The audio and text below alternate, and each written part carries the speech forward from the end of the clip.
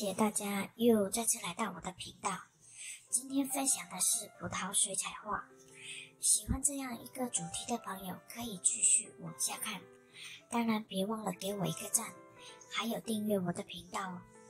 其实我最初想画的应该是西梅，结果画着画着就画成了葡萄了。但因为形状都是椭圆的，所以将错就错，直接来个葡萄吧。在差不多快完成的时候，我把它放在群组里询问大家的意见，结果多数票都赞成不上背景，就让它这样空着就好。有的人则建议下一幅再上背景色，这张就让它空白好了。想了想，我也觉得不上背景色，因为我也担心会把整张图给毁了。就因为背景色，还是不要冒险的好。或许下一张我再来尝试上色吧。这张图让我很开心的是，我无意间又掌握到新的技巧，就是在上葡萄的时候，如何制造出那种表皮的效果。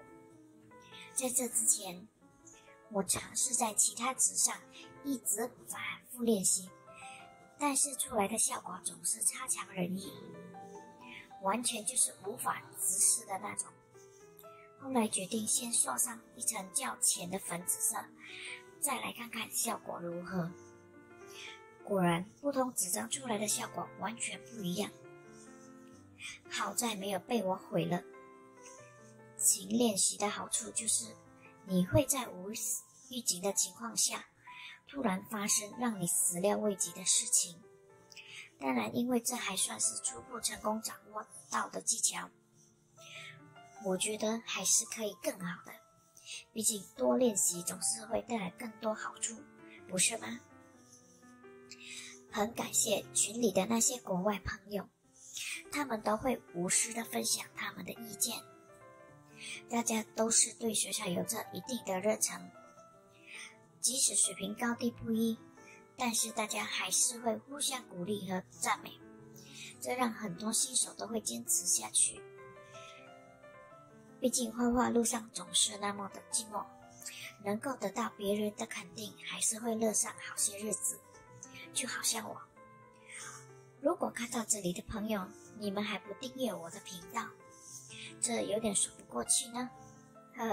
就当作给我一个鼓励和支持。如果喜欢我的视频，也可以分享出去，我会很感激你们的善举。